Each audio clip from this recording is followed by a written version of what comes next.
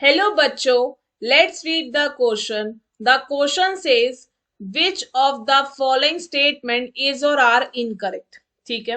First, helium has the highest first ionization enthalpy in the periodic table. Second, nitrogen has more electron affinity than that of phosphorus. And third, mercury and bromine are liquid at room temperature. And the last is in any period, atomic radius of alkali metal is the highest. सो बच्चा वो कह रहा है पहले तो ये बताओ इनमें से कौन सी स्टेटमेंट इनकरेक्ट है. ठीक है, तो इस क्वेश्चन को सॉल्व करने से पहले हम इसका सबसे पहले क्या लिखेंगे, की कॉन्सेप्ट.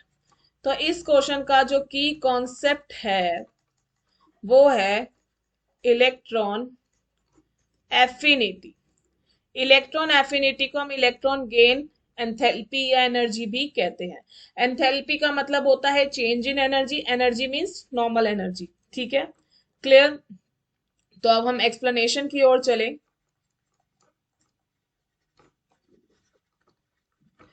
अगर हम एक्सप्लेनेशन की ओर चले तो अगर मैं फर्स्ट ऑप्शन को देखूं, helium has the highest first ionization enthalpy in the periodic table. Yes it is correct.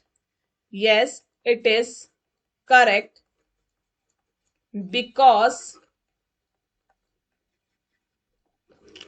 noble gas have high ionization energy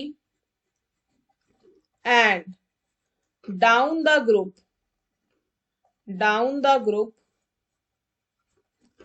ionization energy decreases. तो हीलियम तो हमारा टॉप पे रहता है नोबल गैस में. हीलियम का एटॉमिक नंबर 2 है तो टॉप पे रहता है, तो ये it is correct. B, nitrogen has more electron affinity that of phosphorus. This is incorrect. अब देखते हैं क्यों. B, because nitrogen has lower electron affinity than phosphorus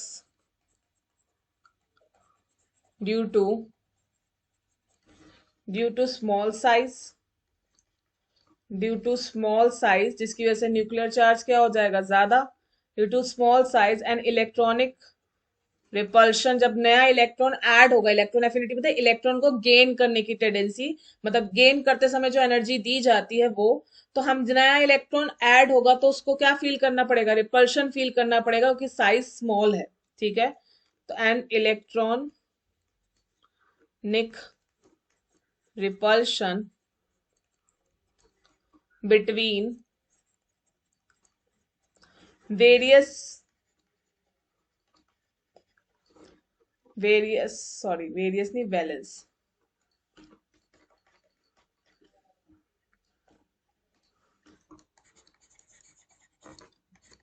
valence electron and incoming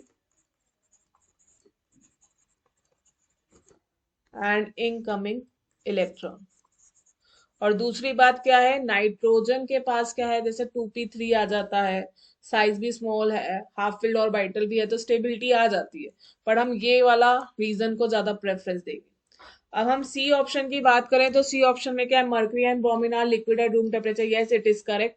हम लोग ये छोटी क्लासेस से पढ़ते आ रहे हैं. मर्क्यूरी एक ओनली मेटल है जो रूम टेम्परेचर पे लिक्विड स्टेट पे प्रेजेंट होता है. ब्रोमीन एक ओनली नॉन मेटल है जो लिक्विड स्टेट में होता है एट रूम टेम्परेचर. ठीक है. D, in any period atomic radius of alkali metal is the highest, क्योंकि वो ग्रुप 1 से रिलेट करते हैं. और जब हम लेफ्ट टू राइट जाते हैं तो एटॉमिक रेडियस डिक्रीज करता है. तो इस हिसाब से ग्रुप 1 एलिमेंट्स का एटॉमिक रेडियस सबसे ज्यादा होगा, इसलिए उनको एल्कली मेटल भी कहा जाता है. ठीक है, इसलिए नहीं कहा जाता पर उनको एल्कली मेटल कहा जाता है. ठीक है, तो सी एंड डी करेक्ट है. तो हमें तो इनकरेक्ट ऑप्शन ढूंढना था. तुम्हारा इनकरेक्ट ऑप्शन में कौन सा सही है, B. Hence, the correct option is B. I hope you understand. Best of luck.